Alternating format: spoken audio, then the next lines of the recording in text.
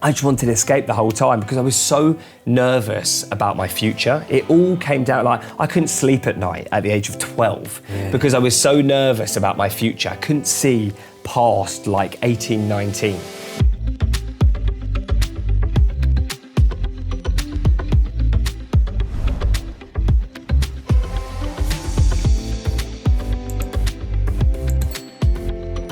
Hi everybody and welcome to FEBE Founder Stories, and it is wicked to have Josh White from Cano Water. Josh, how you doing, my friend? I'm good. I'm grateful to be here. Yeah, thank you so much for coming in. Thank It's been you. a bit of a whirlwind setting this up, so it's fantastic. Listen, I don't know where to begin with this because your story is absolutely epic and I really want to go into that. You, in a very short period of time, have created a very recognisable brand. Yeah. And that, I've got to say, hats off, because a lot of people try but don't succeed. Yeah. The $1 million question for me, the burning question is, how the fuck have you done it? How have you so quickly created a product that, I mean, it looks great. It's water, right? So it's very refreshing, but there's just something about it that just, there's novelty in opening this can to have a lovely drink of water. So yeah, the brand so quickly has become so well known. The $1 million question for me is, how have you achieved that? For sure. So I think it's a catalyst of a few different things. I think that the three of us, when we started it, we had sort of like a clear objective of what we wanted to build. We wanted to build a brand. I think people get very lost in trying to be everything. And we just wanted to build a really fucking cool brand. Like one of my favorite brands is Red Bull. I'm a big fan from a marketing perspective of what they've built, not from a product perspective. But I think that we just wanted to create a really, really cool brand. I think the purpose-led thing is absolutely enormous. I mean, purpose-led from the start, not being in plastic. I definitely think that there was a bit of luck in that side of things. You must be the first to the market in this country. We were the first. We were the first in the world to put water in a can. The first in the world. Hats off. But we didn't know what was going to come in a few years from a plastic pollution perspective. We just sort of wanted to create a brand that sort of had purpose at the forefront of it, because we went to Thailand and saw how bad the plastic problem was. Is that where it started? That's where it started. So it blew you out, did it? Just couldn't believe how all of these brands, the Evians, the Cokes, how their products were ending up polluting, the other side of the world, essentially. And purpose-led was at the forefront of it, but just creating a product that looked aesthetically beautiful. It was just super, super exciting. And also, at the time, no one was doing black and white. No one was. Everyone was just doing colour, colour, colour.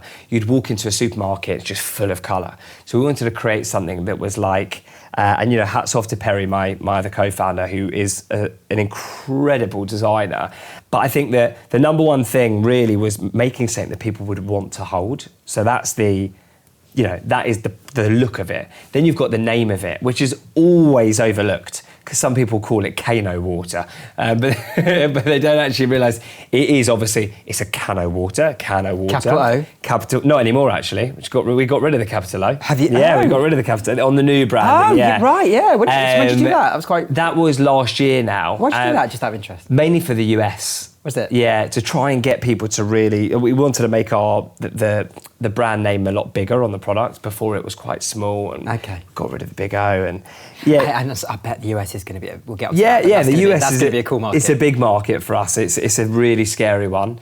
But I think, the main catalyst for a brand is all the different things, is like the purpose, the product, the name itself, like being the Cano Water. So like Coca-Cola could put water in a can, but it's not a can of water. It's and I think that the name is so, so, so important. I think that when we first started, as three founders, we did things a lot differently to all the other founders that were in the food and drink space. Like we would do ballsy moves that people would be like, oh, fuck. Like I don't know, like we would be outside of our cars, like chucking cans to people, and we'd be like standing outside of train stations, like from 5 a.m, just making sure that people had cans in hands. And we would do like sort of like guerrilla marketing stunts. I'll never forget, me and my colleague Ariel, we were on a train and we were like, we can't afford these billboards. So how do we get in front of people? So we just, this is so unethical, and I definitely don't think that people should do it, but we would take off people's billboards and put ours on there. Like we would just do stupid shit like that, but it would get us remembered, you know. And maybe in trouble at some point. Yeah, nearly. But like even like stickers, or we'd stick stickers all over the place. And I remember growing up as a kid, there was a brand that stuck their stickers next to every single Banksy in the UK. Clever. And I remember like marketing stunts like that. And when I was DJing and used to run club nights, we used to go around to people's cars in the car parks and put fake parking tickets on the cars. And inside would be a flyer to the next event. So like I've always thought clever. differently. I like that. You know, exactly. But it's like, how do you get in front of people, and how do you get people to sort of be like, oh, that's quite clever, that's different. And in a world where every single person wants to be an entrepreneur, and every single category is saturated and every single person is trying to steal your market share, you've got to think differently. And that's what Cano Water, and that's what we've been doing for years now. So that's what you've been really clever at, in terms of just constantly thinking of ways How can we be different? to shake it up and do Exactly. things differently. And be a bit naughty, it sounds like. You have to be. Yeah, but that's It's the something I've only heard. way. You have got to be quite naughty. Yeah, you do. There's a lot not to like about you, Josh. You're ridiculously good looking, which is too much. But also, you're a DJ, so you're cool as fuck. So tell us about the DJing, and because at the beginning when we were just chatting, you were saying that was a massive part in your life in terms of getting you really on that right keel in life. So let's go back a little bit to the beginning and get a feel for that. For sure. So when I was a kid, I was very different to a lot of my peers. You know, I wasn't very academic. It wasn't that I didn't want to be academic. It was like, from an ADHD perspective, my mind was veering into all other areas, and I found it extremely difficult to concentrate. And that's always been a massive, massive issue for me. So at school, I always went down the sort of like, as I said, like the creative route. I'm obsessed with music and I'm obsessed with art. So I always wanted to do something different. So when everyone was like, oh, I'm going to be in property, or I'm going to be in recruitment, or I want to be a banker, I was just like, what the fuck am I going to be? And I think that from a very, very young age, that was something that was like very, very painful for me. I had no purpose. I didn't know what my thing was. And I grew up in a place where everyone sort of had they were all set to do their thing, and I didn't feel like I had my thing. And I just felt very different. I got diagnosed at a very young age with ADHD. How old? 11. I was 11 years old. I was always the class clown. I was incredibly badly behaved at school. I think that's the best way to describe it. I think it was mainly because I was lost. I was a very, very lost kid. And because you didn't know your purpose. I didn't. Yeah, I didn't know my purpose, and I also I was very, very, very unhappy. And you know, I know now, I think, why. Mainly because of the ADHD, but also I have an incredibly addictive personality, and anyone with an addictive personality, they want to know what they're doing, you know, tomorrow, yesterday, and you're always trying to chase this, like, I need to know. And because I had no purpose, I sort of, where a lot of other people would just get on with their work and their life would be quite slow, mine was just sort of like very, very fast, and I wanted to know now. I was very, very curious. And, you know, as I said, I was into music, I was into art. I never saw a world, I never knew at that age that I could have a career in those types of things, really. So you didn't believe in yourself? I didn't. And also DJing at that point wasn't really like, it was cool, it was very, very cool, but you didn't think that you could have a career in it. And essentially, like from the age of 12 to 15, I was very, very, very lost.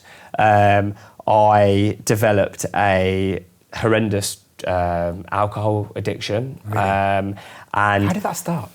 I think it started from like having a drink and feeling good. I think that's where it started. You know, so it gave you an escape from happiness. It's all an escape, and I explain it as like a bit of like a hole in my body, and when I would drink, it would fill that void, that hole, and I just wanted to escape the whole time because I was so nervous about my future. It all came down, like I couldn't sleep at night at the age of 12 because I was so nervous about my future. I couldn't see past like 18, 19.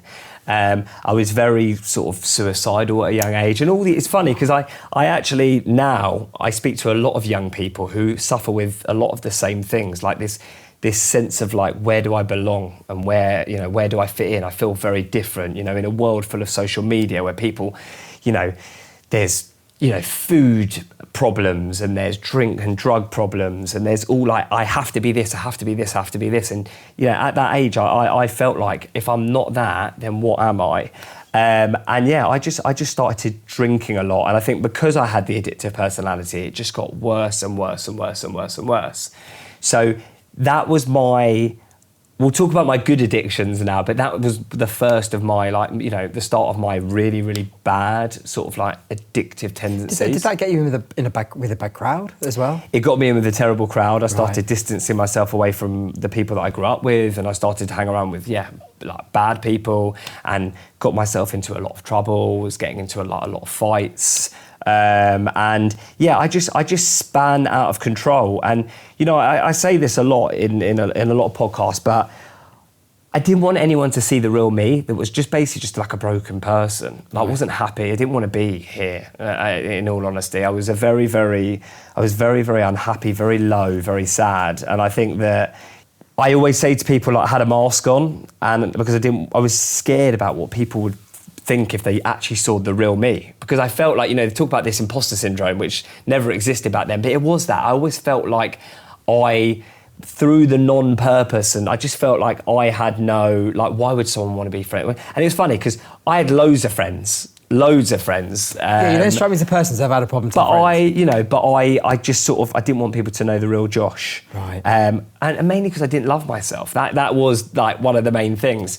And I just spiraled out of control, getting into trouble, getting arrested, doing stupid shit, just not caring, to be completely honest with you. And fast forward, I went into a rehab when I was 15, basically. And I got introduced to the world of Alcoholics Anonymous, which essentially saved my entire life, because I sort of got to learn about why I am the person I am. And I think that's, I speak to a lot of people with mental health problems and anxiety problems, and a lot of people who suffer with certain different things. And I think it really is important to get to the root of it. Because and that helped you, did it? That helped me. Why am I doing the things that I'm doing? Yeah. Like, I couldn't understand why I just was drinking 3 bottles of vodka a day. I just couldn't stop. I physically couldn't. At such a young age, I just couldn't stop.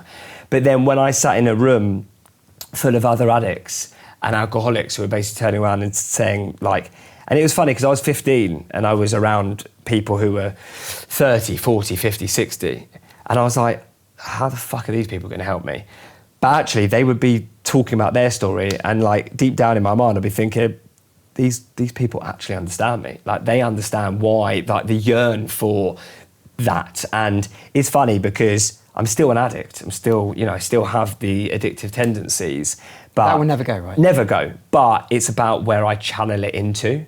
And I have been DJing since I was 11 years old. I've been obsessed with music, obsessed with DJing. I loved the idea of crafting, going from one song into another, and I'm blending it all. I was completely such a skill. And utterly obsessed with it. And I became a master of it, okay? But alcohol and my addiction took that away from me. Right. And I wasn't doing it. And I remember being in rehab, and there was a whole thing around there was a workshop that we did around what has your addiction taken away from you? And it took away my my love for music and art. So when I came out of rehab, I really, really sort of got back into it. That. And one of the hardest things about being sober at 15 years old is that all of your mates are going out, they're experimenting, they're having fun, and you're not. I figured out my way, and the way that I was going to be able to deal with it and go through it was basically through being the DJ on the other end. So I would be the DJ at the club that all my mates would be at, basically. Because the buzz and the vibe and the electricity you get. Yeah, it's another level. Yeah. And it's the same buzz I get from Cano. It's funny. Is it? And that is the addiction. That's all I yearn, and that's the drive that I get. So I would be so addicted to that feeling of having everyone, some weeks I'd be DJing to 150,000 people across the whole of the UK. Yeah. So you were doing this on a big level? Yeah. I was DJing all over the UK at all, like some of like the biggest clubs across the country, and some of the biggest sort of student nights as well. And I absolutely loved it. And having like a few thousand people a night sort of cheering, like So it fed the addictive personality. Oh, massively. Like that saved your life. It saved my life. Like it really, really was. Like I always say that like AA and DJing, like it really, really saved my life. It was a pivotal part of my life that got me out of a lot of trouble. I gotta say, hearing that, and thank you so much for being so open, of course, and sharing what is a very difficult personal journey. Of course, but mate, you've come out the other side in like as a rock star, and that in itself, you know, I guess that's why you want to talk about it, because it's hopefully giving a lot of people hope and inspiration. Yeah, I sit on panels with a lot of people that were always meant to be where they were meant to be. It was always... Is it always written in the stars? Yeah, it was. Yeah. Not that it was easy, but if they fell, they had someone to pick them up, or they knew. I think that isn't my experience. My experience was sort of I had to pick myself up 17 times by myself before getting to Cano. Yeah. Like there were failures before Cano, there was pain before Cano. You know, there was so much hardship which could have led me not to have had Cano. So I hate talking about Cano just about Cano. Because I like people to know everything's led to Cano. Yeah, right? there was 10 years of pain before Cano.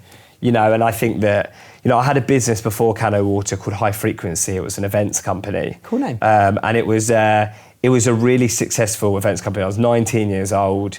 And it was the greatest thing ever at the time. We were putting like 10,000 people into venues, and it was like we were literally rock stars, like in London. Like we would put on a night and people would be messaging us, hundreds of people, like, I need to get in. It was big. It was really, really big.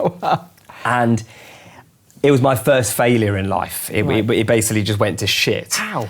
A few things. One being it was an under 18 night, and there was a lot of things going on in that world where a lot of clubs weren't allowing under 18s. But essentially, like one of the hardest things was my brother got ill. My youngest brother got diagnosed with cancer, basically, and we were in Great Ormond Street, my family, for a year, which was obviously a very tough thing. And I think that how old was he? He was 12. Yeah.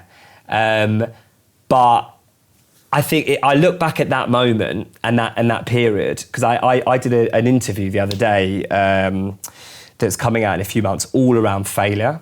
And I look back at these moments of the business that failed and all of the pain and suffering that I've gone through. And I know factually that I wouldn't be the person I am today without all of that. And even sitting here, being able to talk, like 5-6 years ago, I could never have done this. Really? Never have done this, yeah.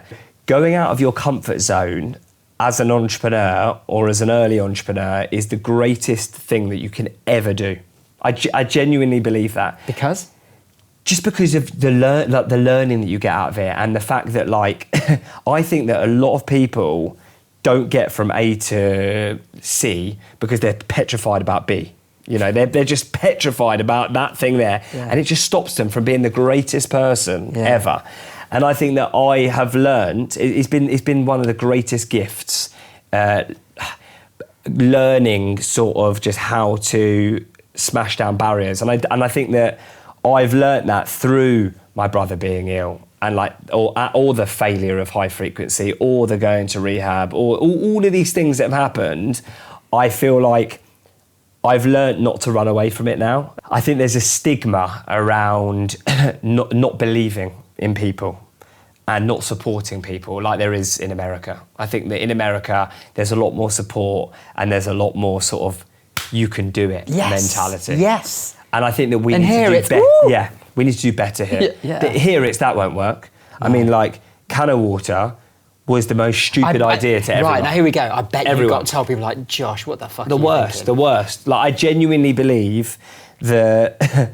You're putting water into a can, come on. I remember coming home once, and my sister was with, and she hates me talking about this, but I always say it. she was talking to one of her friends, and I was in the other room, and I was walking into the kitchen, and she was in the kitchen, and she turned around to her friend and was like, my brother's lost a plot. He's putting water in a can. I mean, who the hell is going to buy water in a can? It's the most stupid idea. But she wasn't the only person. My family friends, like people that I would speak to, when we started the brand, people that knew me would write on our Twitter, like being like, this is the most stupid idea. Like people that knew who I was, that like I grew up in an area where there is a lot of doubt and a lot of sort of like, if you go outside of the norm, don't do it. People think that you're a bit crazy. Yeah. And I was never ever going to be the norm. Like growing up as a kid, if someone did that, I would do that. I always relate it with Cano Water to, there's two types of people. There's the copycats and there's the innovators. I've always wanted to be an innovator. I've always wanted to be an innovator. I always want the new thing. I always want to sort of look for different cultures and different that. And I think that that's the addictive sign, isn't it? It is, because 100%. addictive always wants something new, always exciting, wants yeah, totally novel. Exactly. Yeah. And that is why Cano Water was so excited to me. It's like, oh my God, it's never done before. And I love that. But the copycat is the one that is sort of like, they're always chasing your tail because they're not the innovator. And I think that especially with Cano, I think in mine and the other boys in our heads, we're always just like, we're not the copycat, we're the innovator, and we're going to innovate as much as we can. So we were nervous, but our naivety as the innovator was like, fuck it, we're just doing this. But there was a lot of haters. And it was all driven by that moment was it on holiday? Were you DJing? What, in Thailand? So 3 of us went to Thailand, good friends. And basically, where we grew up, there's not a lot of plastic pollution. Yeah. Not a lot of people care so much about plastic pollution. So I wouldn't say I was ever an environmentalist. Yeah. I'm not staying outside of... But this made you, from what you saw. This made me care. Like, this really made me care. Just describe to me, what did you see? Because even I can't imagine We just saw loads of plastic bottles and loads of plastic particles on a beach, which, if you looked online at what it looked like before, it was stunning. But essentially, we just couldn't understand how brands were allowing this to happen. Right. We just couldn't understand it. So I think 99% of people would have just got on with their holidays. But and also just to mention, my other business partners as well were quite similar to me. Like, didn't excel at school, found it quite difficult. You know, we're quite similar to each other. And I think like our minds were racing around how can we do something different and how can we make a difference. And as I said, like most people just get on with it, come home, and we didn't. We essentially became completely and utterly obsessed with what can we do. There are other materials out there. There's glass, but glass can't really go up against the plastic bottle because it's heavy, it smashes. A lot of people from a convenience perspective don't like taking it out with them because of that. From a carbon footprint perspective, it's very heavy, it doesn't stack up there. It is recyclable, but it's not the best. Then you've got the cartons, Tetra Pak, the worst out of all of them, literally the worst. But they look the most recyclable, but they're fused with aluminium, paper and plastic. So a lot of places haven't got the infrastructure to recycle them. And then you've got aluminium, which, we just stumbled upon this. Aluminium is the most recyclable material within beverages in the world. Because it's just so compactable. This can, as an example, 60 days ago could have been a Coke can. 60 days before, it could have been a Red Bull can. So 70% of all aluminium ever produced since the 1800s is just still in circulation. On getting returned and returned. So in 100 years, this could be, it could be another can of water can, or it could be a Fanta can, or whatever it is. Got it. That's what's so special about aluminium. Also, because aluminium is a commodity, in American movies, you see homeless people walking around with cans and collecting cans. Yes. That's because they make money. It's got an intrinsic value. Right. So people are incentivized to recycle a can because they make money from cans. So there's this whole circular loop of aluminium that we just sort of stumbled upon, and we were like, fuck, why has no one put water in a can? And it goes back to this wish I'd thought of it. Innovator. Everyone says that. It goes back to this innovator. Why has no one put water in a can? Oh, because you can't really seal it. Because you can't see the water. Because it's going to taste metallic. Because of this, because of that. And that is the everyday man's mentality, or layman mentality of like, oh, you can't do it. But as the naive people we were just like, we don't give a fuck. It's about changing people's minds and which by far has been the hardest thing at Cano Water, is and it still baffles me how we've got to where we've got to, because it is really not easy to convince people that what they've been doing for the past 30 years is going to change, and there's a future in something that they see as so alien and so different. Yeah. But I think that's essentially, that's where brand and marketing comes in. Well, do you remember I sent you the email a few weeks back, and my opening chat-up line was because we'd been invited, so one of our ambassadors, FEBE ambassadors, Paul Bacon, invited to the premiere. Anyway, Cano Water in every single seat. Yeah. And I just remember picking, listen, obviously I'd heard of Cano, but it's the first time when you're sitting there waiting for it to start, and you pick up this can and you go, this looks nice. Lovely branding, this is really cool. And then, so that was why I then actually sent you the email. I've no idea how I got your email, but anyway, who cares? The rest is history, as they say. So, I don't know why. I'm sorry, I've just completely crossed your story. But yeah, you're talking about product placement. Yeah. And do you know what? We don't even know. I saw it myself. Yeah, do you know what? It's funny. When we first started, our strategy was basically just get in front of anyone and everyone. Like, just how do we get in front of anyone? And I'll never forget, like, we would be at a trade show, we'd be at an event, and people would literally, people would be like, what the like, they wouldn't understand why water in a can. And, me and Ariel, my colleague, we'd have a game where we would basically try and read other people's lips, basically, and what they were saying. And it was a lot of negativity, put it that way. Was it? And over the years... Did that affect you? Yeah, it really affected me. It did? Yeah, massively. So you were set on the mission and the belief, obviously, but still, it does get to you.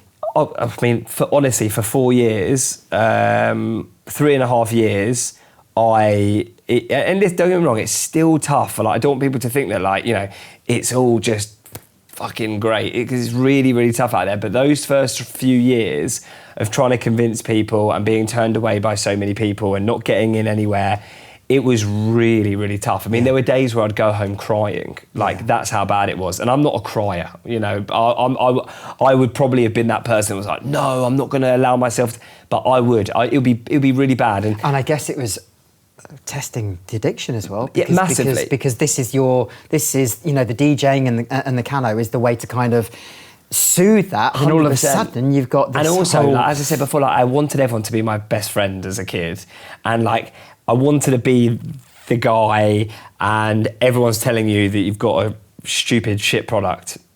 This is a business now that is going serious places.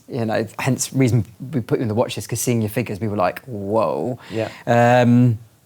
About to try and, in the process of cracking America. Yeah. So yeah, just talk to us about therefore where this is going to go from here, because obviously you've done this serious hard work. Yeah. For me, it feels, and I'm sure a lot of us now, we feel educated, and it's a part of where you have water in a can. For sure. So what next?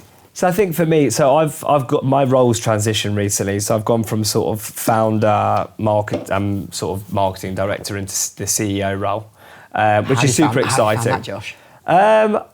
I think it's a hard step, isn't it? It's a hard step. I think that I've earned my place to be there. I've probably done every single role within the business. Been the sales guy, the operations guy, the marketing guy. I've been the guy who sweeps the warehouse. I've been everything. I still actually am some of those people. What I've learned over my years of being at Cano is that I know the brand so well, and the brand was started by me and the boys, and we know the brand so well. I've always been... I think that one of my biggest fears is turning the business into a corporate giant. I don't want that. I really don't want that. One of our main objectives as a brand is to act like a startup, and I actually always want that. So I think the main future of the brand really is, obviously America's one thing, but just sort of stay true to ourselves. I don't want to be a copycat. I want to be an innovator. That's not to say that we won't do things that haven't taken inspiration of other brands, but we do everything in our own Cano way. And I think that is really the plan for the future, is just to keep growing, do more and more and more. I see a lot of brands sort of raising hundreds of millions of pounds in America and just going like that, and then overnight like that. That is a big fear of mine. If you run before you can walk, especially in America, I think that's really dangerous, and you need serious capital there. So we're just doing a very, very small proof of concept. You've got to go really big.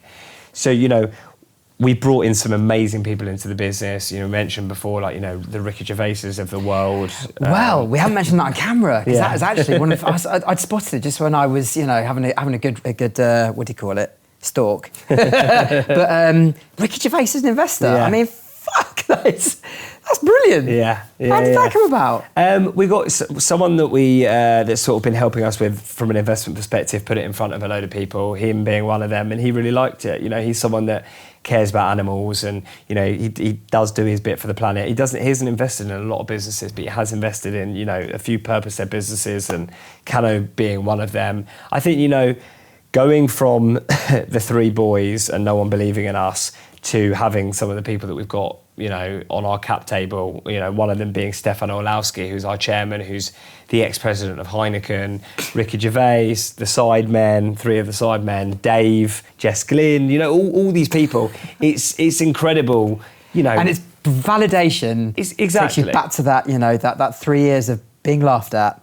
Exactly. It must feel beautiful. That's the word I'd describe it. It feels beautiful, but it's still it's still early on. I don't mean like, as in I've made it. It's just like, we're creating serious 100%. followers. And you know what? That humbleness of I've not made it is, like, I believe, is so important, because we're still so far away from, like, our objective of removing plastic from the ocean. Right. You know, so for me, it's like every day when I get sent pictures, and this happens every day, of people with Cano, and like, oh, have you seen Cano here? And Cano was all over the F1 on the weekend, and here and here and here. It's amazing, but, like, I always have to just remind myself, like, come back to reality. Let's just keep going. And that is what drives me today.